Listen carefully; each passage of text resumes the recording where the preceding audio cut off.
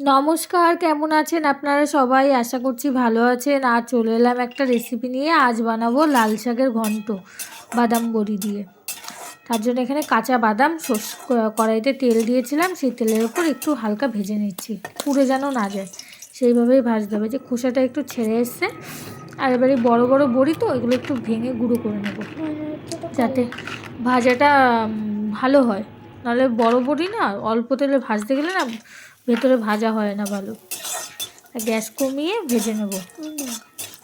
দেখে তো মনে হচ্ছে কলা, এটা কলার মতো লাগছে, সত্যি লাগছিল সেই সময়। এবার ওই তেলের ওপর দিয়ে দেবো আর একটু তেল দিয়ে দিচ্ছি ছোট একটা পেঁয়াজ কুচি আর কটা কাঁচা লঙ্কা চেরা। আপনারা যে যেমন ঝাল খেতে চান সেইভাবে দেবেন। এটাকে একটু নেড়ে চেড়ে ভেজে নেব।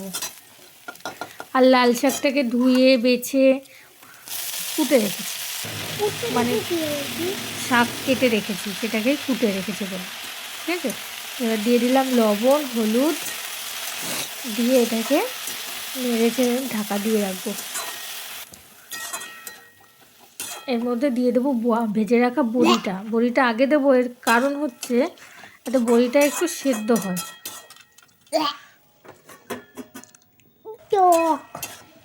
এবার দিয়ে ঢাকাটা সরিয়ে আবার একটু নেড়ে চেড়ে নিচ্ছি, জলটাকে শুকিয়ে নেব। কোনো জল কিন্তু দিইনি, এই শাকের থেকেই জল বেরিয়েছে। দিচ্ছি একটু চিনি আর দিয়ে দিচ্ছি ভেজে রাখা বাদাম গুঁড়ো করে। এবার এটাকে নেড়ে চেড়ে নামাবো। কেমন হলো আপনারা জানাবেন। লাইক, কমেন্ট, শেয়ার, ফলো এবং ইউটিউব থেকে দেখলে চ্যানেলটাকে সাবস্ক্রাইব করে আমার পাশে থাকবেন। আর একটু পোস্ত ছড়িয়ে দিয়েছি উপর থেকে।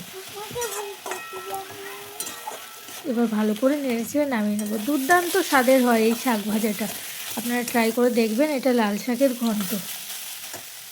আবার দেখা হবে একটা নতুন ভিডিওর সাথে। ততক্ষণ আপনারা ভালো থাকবেন, সুস্থ থাকবেন। আসতে আসি, টাটা, বাই বাই।